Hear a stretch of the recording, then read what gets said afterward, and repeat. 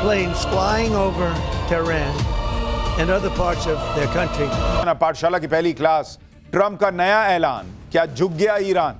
युद्ध खत्म होने वाला है या भयंकर ट्विस्ट की तैयारी है? मुनीर के साथ भी ट्रंप ने कर दिया धोखा। पाकिस्तान में सीजफायर वाली मीटिंग के बीच ट्रंप क्या नया धमाका करने वाले हैं? इधर मोदी ट्रंप की बात हुई, उधर आधी रात ईरान ने क्या खुलासा कर दिया? स्ट्रेट ऑफ हॉर्मुज में क्या होने वाला है? अमेरिका में महंगाई हाई, ट्रंप की रेटिंग गिरी, और अब नेटो के बाद किस दोस्त ने ट्रंप को धकिया दिया? इजराइल के आसमान में कौओं की भरमार, क्या गजब होने वाला है? सबसे पहले इसका चंद देखिए। यहां ईरान युद्ध से पूरी दुनिया की लंका लगी पड़ी है बॉस। उधर ट्रंप का सांप सीढ़ी का खेल ही खत्म नहीं हो रहा। एक तरफ ट्रंप कह रहे हैं कि ईरान से जीत गए, दूसरी तरफ ईरान से बात करने के लिए भी उतावले हुए जा रहे हैं। सवाल यह है कि अगर जीत गए तो बातचीत करना क्यों चाहते हो भाई? और अगर बातचीत करनी पड़ रही है तो जीत कैसे गए भाई? आप यह भी देखें कि इधर ईरान के सामने सीजफायर की डिमांड भी ट्रंप रख रहे हैं, उधर अपना प्लान बी भी एक्टिव कर दिया है। अब ये ट्रंप का प्लान बी क्या है, इसके बारे में आज आपको बताऊंगा, क्योंकि इसी को देखकर ईरान कह रहा है कि वो ट्रंप के झांसे में नहीं आने वाला। ट्रंप ने ईरान से बात करने के लिए अपने चापलूस मुनीर को लगाया, लेकिन ईरान ने साफ कर दिया कि उसे दो बार ट्रंप उल्लू बना चुके हैं। इस बार वो ट्रंप के चक्कर में नहीं आएगा और अमेरिका की ऐसी चक्करघिन्नी बनाएगा कि ट्रंप कहीं मुंह दिखाने के लायक नहीं रहेंगे। इसी से ट्रंप के होश उड़े हैं। वो भाई साहब फोन पे फोन लगा रहे हैं, ईरान से सीक्रेट बातचीत के दावों के बीच सबसे मदद मांग रहे हैं। नरेंद्र मोदी को फोन लगाने के पीछे ट्रंप का यही मकसद दिख रहा है कि अगर मामला आगे बिगड़ता है तो भारत जैसे ताकतवर देश को लूप में रखो, क्योंकि कल की डेट में अगर बात नहीं बनी तो ईरान युद्ध में कुछ भी हो सकता है। और बात बनेगी कैसे? जब अमेरिका ने ईरान के सामने 15 पॉइंट की डिमांड रख दी, उधर जवाब में ईरान ने अपनी 6 शर्तें मुंह पे मार दी कि ले मेरी भी 6 रख। अमेरिका की 15 पॉइंट की डिमांड ऐसी है जो ईरान को मंजूरी नहीं होगी। उधर से ईरान की 6 शर्तें मानने का मतलब है कि ट्रंप की घनघोर बेइज्जती होना। इसलिए ऐसा लग रहा है कि युद्ध अब नेक्स्ट लेवल पे जाने वाला है। ट्रंप चाहते हैं कि युद्ध उनकी शर्तों पे खत्म हो, लेकिन ईरान कह रहा है कि युद्ध खत्म होगा तो किन शर्तों पर होगा यह ईरान तय करेगा। ट्रंप फिर भी लगे पड़े हैं, पाकिस्तान को लगाया कि देख तू अगर कुछ कर सकता है भाई मुनीर, मेरे तलवे चाटना छोड़, उनके लिए उनके साथ कुछ डील करा। पाकिस्तान के जरिए ईरान तक अपना प्रपोजल भिजवाया, लेकिन इस प्रपोजल के जवाब में ईरान कैसे धुआं धुआं कर रहा है? क्यों ईरान यह मानकर बैठा है कि ट्रंप ब्लफ खेल रहे हैं, पाकिस्तान को यूज कर रहे हैं, पाकिस्तान को धोखा दे रहे हैं ट्रंप? यह भी आज आपको बताऊंगा। कैसे यह युद्ध खत्म होने की जगह पर और भड़क सकता है, इसके बारे में भी आज आपको बताऊंगा। अगर ट्रंप ने फिर से बातचीत की आड़ में ईरान पर कोई सरप्राइज अटैक कर दिया तो क्या पाकिस्तान और मुनीर फंस जाने वाले हैं? कैसे मुनीर ने उड़ता तीर ले लिया और ईरान की मिसाइलों का मुंह पाकिस्तान की तरफ मुड़ जाएगा क्या? आज इस सब के बारे में बताऊं, उससे पहले जरा एक झलक देखिए मामला कहां पहुंच रहा है। We literally have planes flying over Tehran and other parts of their country. पूरी दुनिया में युद्ध से कोहराम मचा हुआ है। उधर ट्रंप भाई साहब अपनी दुनिया में, ट्रंप ने ऐलान कर दिया कि ईरान तो खत्म हो चुका है और अमेरिका युद्ध जीत चुका है। लेकिन लोग पूछ रहे हैं कि जब जीत ही गए हो तो युद्ध चल क्यों रहा है? मिसाइलें और बम आज भी कैसे गिर रहे हैं? क्यों पूरी दुनिया को इस युद्ध में फंसा के रखे हो? और अगर युद्ध जीत गए हो तो तुम्हारा दामाद वहां पाकिस्तान में लूडो खेलने गया हुआ है, तुम्हारे लोग वहां पाकिस्तान में जाकर ईरान से बातचीत करने के लिए जो तत्पर हुए जा रहे हैं, मरे जा रहे हैं, किस बात के लिए? अगर तुम युद्ध जीत गए हो तो, अगर तुम युद्ध जीत गए हो तो 15 शर्तें क्या रख रहे हो? कौन बात की? ट्रंप जैसा झूठा आदमी इस देश में, इस दुनिया में लोगों ने नहीं देखा बॉस। आप सुनिए ट्रंप को वो क्या क्या कह रहे हैं, आप माथा पीट लेंगे कि क्या आदमी है यार ये।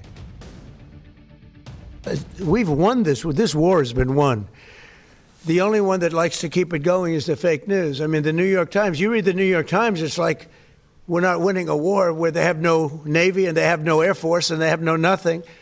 And we literally have planes flying over Tehran and other parts of their country.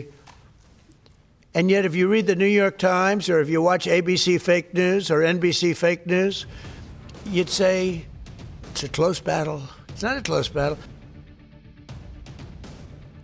इधर ट्रंप जीत का दावा कर रहा है, उधर ईरान ने ऐसे ऐसे हमले किए हैं बॉस कि ट्रंप के दावे धुआं धुआं हो गए। ईरान ने बड़ा दावा करते हुए कहा है कि उसने अमेरिका के सबसे ताकतवर युद्धपोत यूएसएस अब्राहम लिंकन को मिसाइलों से निशाना बना दिया है।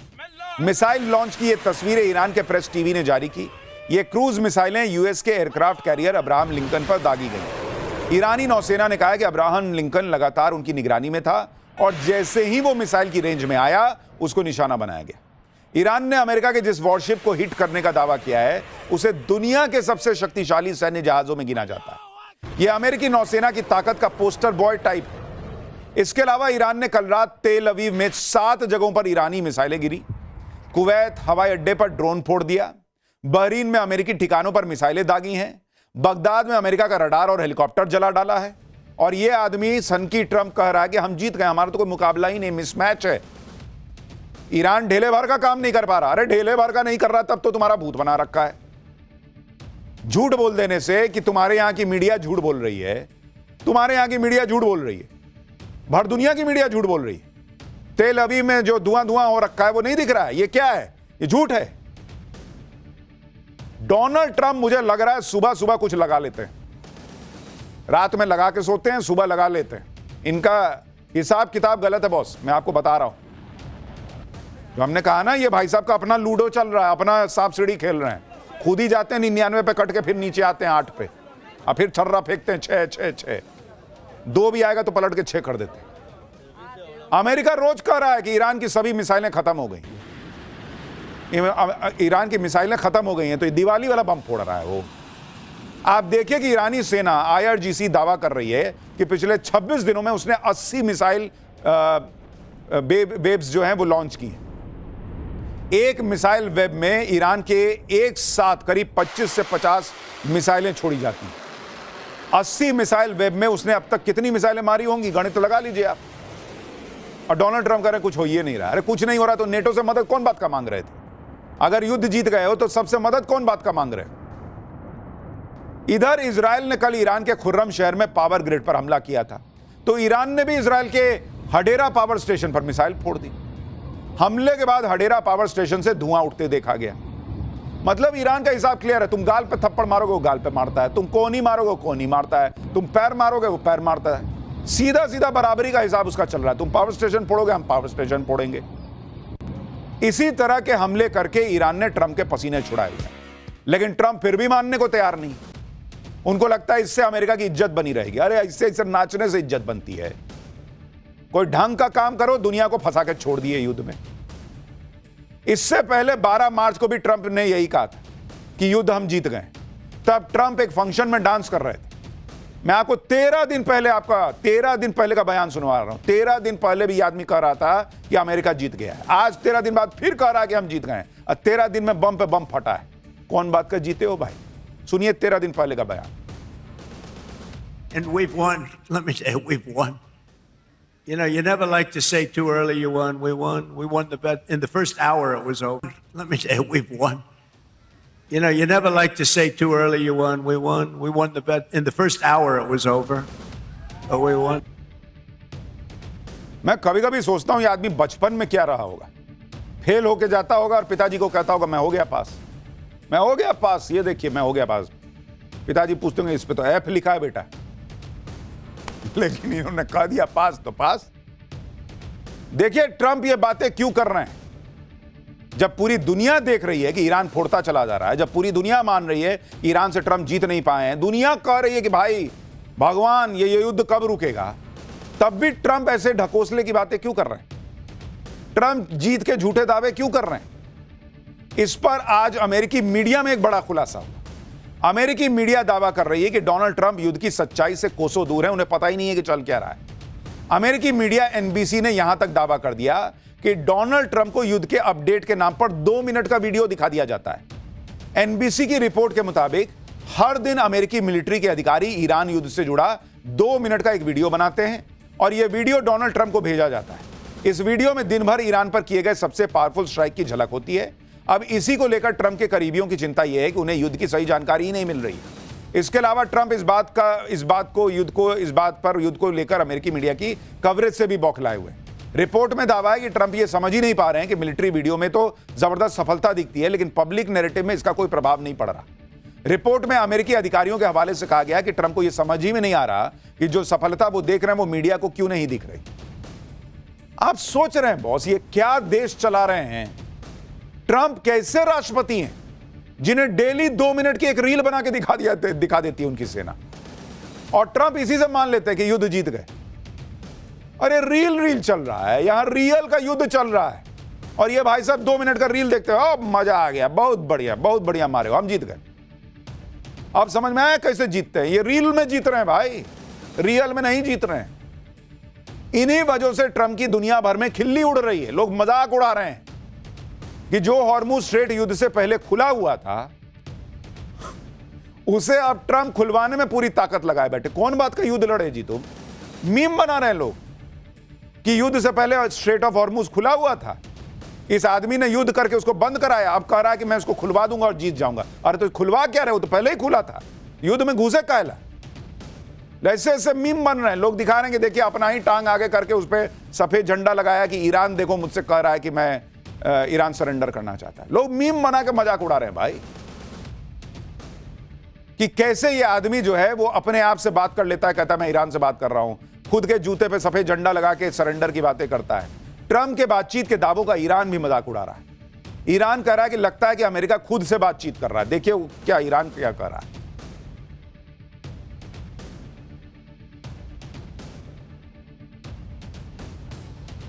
ईरान ने क्लियर कट कह दिया है कि अगर युद्ध खत्म करना है तो उसकी 7 शर्तों को मानना हो।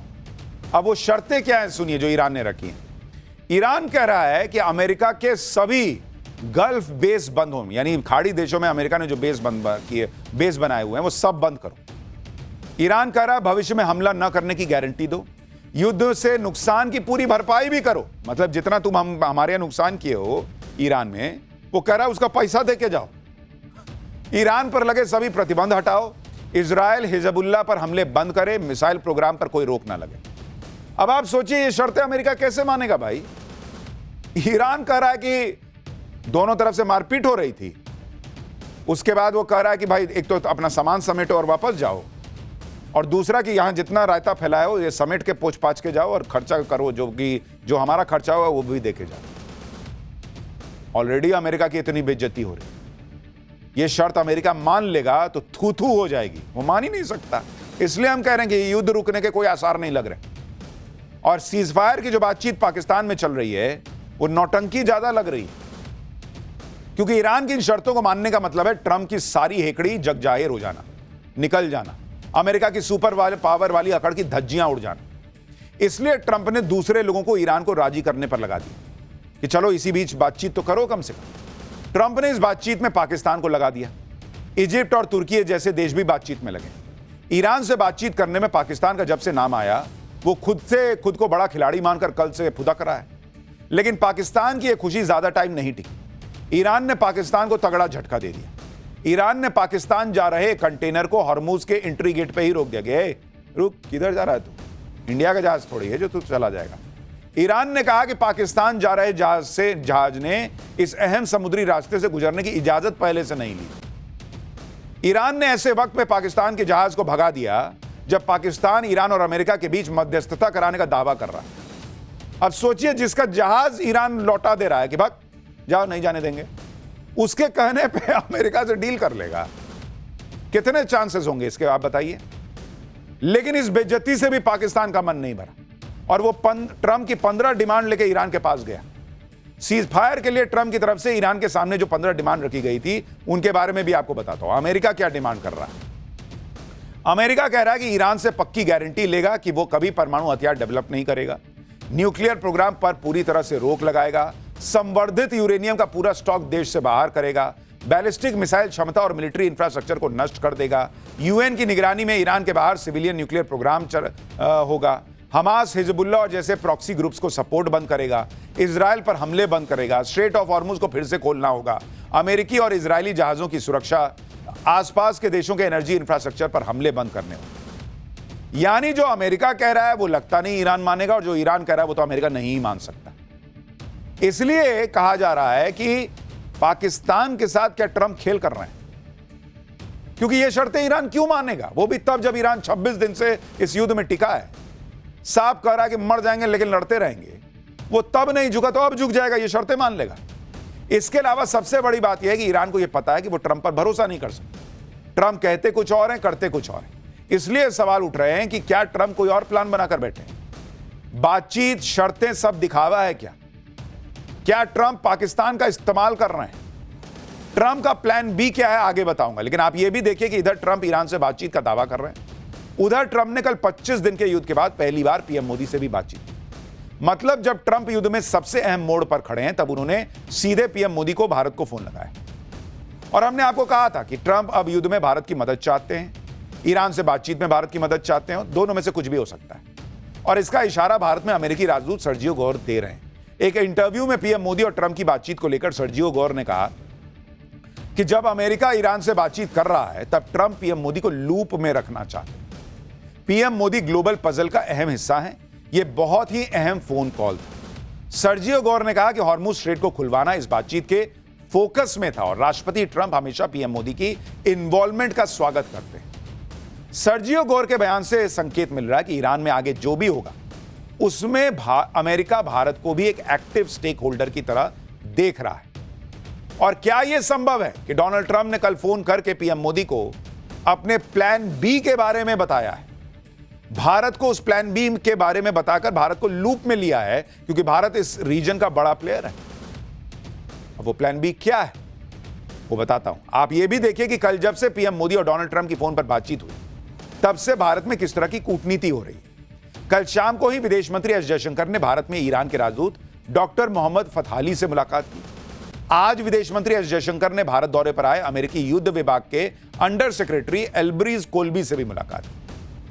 अमेरिका मान रहा है कि ईरान के मामले में भारत की भूमिका इंपॉर्टेंट है। दूसरी तरफ भारत में ईरान के राजदूत डॉक्टर मोहम्मद फतहाली ने भी भारत को लेकर बड़ा बयान दिया। उन्होंने कहा कि पश्चिमी एशिया में बढ़ते तनाव को कम करने में भारत प्रभावी भूमिका निभा सकता है। भारत एक भरोसेमंद देश है जिसकी सबसे बड़ी ताकत यह है कि वह गलतफहमियों को दूर करने और बातचीत का रास्ता खोलने की क्षमता रखता है। भारत के पास पश्चिमी एशिया में तनाव घटाने की खास काबिलियत है, यह ईरान के राजदूत कह रहे हैं।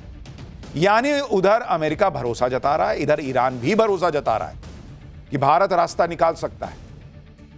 एक्सपर्ट भी मान रहे हैं कि भारत ही वो इकलौता प्लेयर है जिसके ईरान, अमेरिका, इजराइल और खाड़ी देश यानी जितने भी स्टेक होल्डर हैं सबसे अच्छे संबंध। यानी एक तरफ डिप्लोमेसी की बातें हो रही, लेकिन सबसे बड़ी दिक्कत है कि ये डिप्लोमेसी तो तब कामयाब हो ना जब आप जिसके लिए बात कर रहे हैं वो नेता कामयाब हो। लेकिन ट्रंप का तो कोई भरोसा ही नहीं है, क्योंकि एक तरफ ईरान को बात करने के ऑफर दे रहा है, दूसरी तरफ ट्रंप की अपनी सीक्रेट तैयारी चल रही है।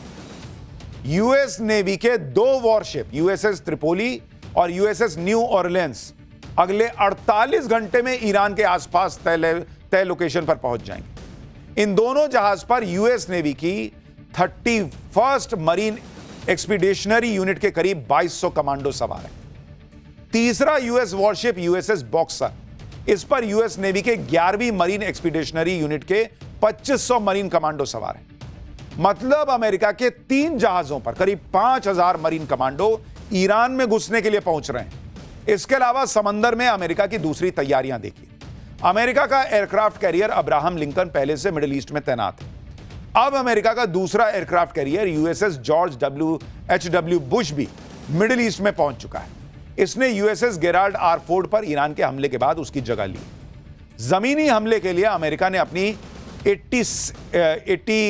82वीं एयरबोर्न इमीडिएट रिस्पांस फोर्स के 3000 कमांडो को स्टैंड बाय मोड पर रखा है। ये कमांडो आदेश मिलने के 18 घंटे के अंदर दुनिया के किसी भी कोने में पहुंचने की काबिलियत रखते हैं। यानी साफ साफ दिख रहा है कि डोनाल्ड ट्रंप प्लान बी पे काम कर रहे हैं और वो प्लान बी है स्ट्रेट ऑफ हॉर्मुज को खुलवाने के लिए ईरान पर हमले करना, स्ट्रेट ऑफ हॉर्मुज पर हमले करना, ईरान में घुसना। अमेरिका अपने 5000 मरीन कमांडो के साथ ईरान में ग्राउंड ऑपरेशन कैसे शुरू करेगा, अगर करेगा तो, इस पर भी कई तरह की बातें हो रही हैं। एक्सपर्ट्स ईरान में 4 ऐसी लैंडिंग साइट्स के बारे में बात कर रहे हैं जहां से अमेरिकी कमांडो घुस सकते हैं, और उसे आपको मैप पे दिखाता हूं। ईरान और उसके आसपास ये 4 लैंडिंग साइट्स हैं जहां से अमेरिकी सैनिक घुस सकते हैं। पहला है खार्ग आइलैंड, दूसरा लैंडिंग साइट है हॉर्मुज आइलैंड, तीसरा है एंट्री पॉइंट है हॉर्मुज स्ट्रेट पर नॉर्थ ओमान का हिस्सा, और चौथी लैंडिंग साइट ईरान का चाबहार पोर्ट भी हो सकता है। लेकिन ईरान की धरती पर कदम रखना अमेरिका के लिए बहुत चैलेंजिंग है। अगर ईरान में घुसना इतना हलवा होता तो अमेरिका 25 दिन से बम पे बम नहीं गिरा रहा होता, वो घुस गया होता अब तक। वो वेनेजुएला की तरह कब का ईरान को निपटा चुका होता। ईरान में अमेरिका को ग्राउंड ऑपरेशन शुरू करने में क्या क्या खतरे हैं, कौन कौन सा चैलेंज है, वो 4 पॉइंट में समझिए। पहला पॉइंट, ज्यादातर एक्सपर्ट्स मान रहे हैं कि अमेरिका खार्ग आइलैंड से ईरान पर कब्जे की शुरुआत करेगा, लेकिन खुद अमेरिकी अखबार न्यूयॉर्क टाइम्स लिख रहा है कि खार्ग आइलैंड पर उतरना अमेरिकी एयरफोर्स के लिए बहुत मुश्किल है, क्योंकि अमेरिका ने पहले ही खार्ग आइलैंड पर हमला करके वहां ईरान की एयरफील्ड तबाह कर दी है। ऐसे में अमेरिका के जहाज उतरेंगे कैसे? अब इसमें यह हो सकता है कि अमेरिका पहले अपनी नेवी को खार्ग आइलैंड पर भेजे, फिर अमेरिकी इंजीनियर्स वहां पर एयरफोर्स के लिए रनवे ठीक करें, तब जाकर अमेरिका अपने सैनिकों को डायरेक्ट वहां लैंड करा पाए, जो कि बहुत दूर की कौड़ी लग रहा है। दूसरा पॉइंट, मान लेते हैं कि अगर अमेरिका ने खार्ग आइलैंड पर कब्जा कर भी लिया, तो सवाल यह है कि वो वहां टिकेगा कितने दिन, क्योंकि खार्ग आइलैंड ईरान के समुद्री किनारे से केवल 24 किलोमीटर दूर है। खार्ग पर अमेरिकी कमांडो के पास एयर डिफेंस तो होगा नहीं, तो ईरान की मिसाइलें खार्ग पर अमेरिकी बेस को धुआं धुआं कर देंगी, क्योंकि बैकअप वाले अमेरिकी वॉरशिप ईरान के तट से सैकड़ों मील दूर होंगे। जब तक वो ईरान की मिसाइलों को डिटेक्ट कर पाएंगे, तब तक ईरान की मिसाइलें खार्ग पर अपना काम कर चुकी होंगी। अमेरिका के ग्राउंड ऑपरेशन की अटकलों के बीच एक बड़ा फैक्ट यह भी निकलकर सामने आ रहा है कि ईरान के आसपास मिडिल ईस्ट में अभी अमेरिका के जिन 50,000 सैनिकों की तैनाती है, वो सैनिक किसी देश पर कब्जे के लिए ट्रेंड ही नहीं है। इसलिए अमेरिका अपने 5,000 मरीन कमांडो पर ही ग्राउंड ऑपरेशन शुरू करने के लिए डिपेंडेंट है। अगर अमेरिका ने ईरान में 2 स्ट्रैटेजिक लोकेशन पर कब्जा कर लिया, तभी वो ईरान पर काबू कर सकता है। पहला खार्ग आइलैंड, जहां से ईरान का 90% तेल एक्सपोर्ट होता है, और दूसरा है हॉर्मुज स्ट्रेट। लेकिन आप यह भी याद रखिए कि अमेरिका को स्ट्रेट ऑफ हॉर्मुज पर कब्जा करने के लिए उसके सभी मिसाइल सेंटर्स को उड़ाना होगा। इसके अलावा हॉर्मुज स्ट्रेट में ईरान की 5,000 नेवल माइंस को भी अमेरिका को हटाना बड़ा चैलेंज होगा, क्योंकि ये माइंस 4 लेवल पर समुद्र के सतह से लेकर समुद्र के बेस तक में फैली हुई। और अगर ईरान को ऐसा लगा कि वो बाजी हार रहा है, तो वो गल्फ में सभी देशों की एनर्जी साइट्स को फोड़ना शुरू कर देगा, जिसके बाद ऐसी चीख पुकार मचेगी कि अमेरिका को ईरान से बैकआउट करने के अलावा शायद ही कोई ऑप्शन बचेगा।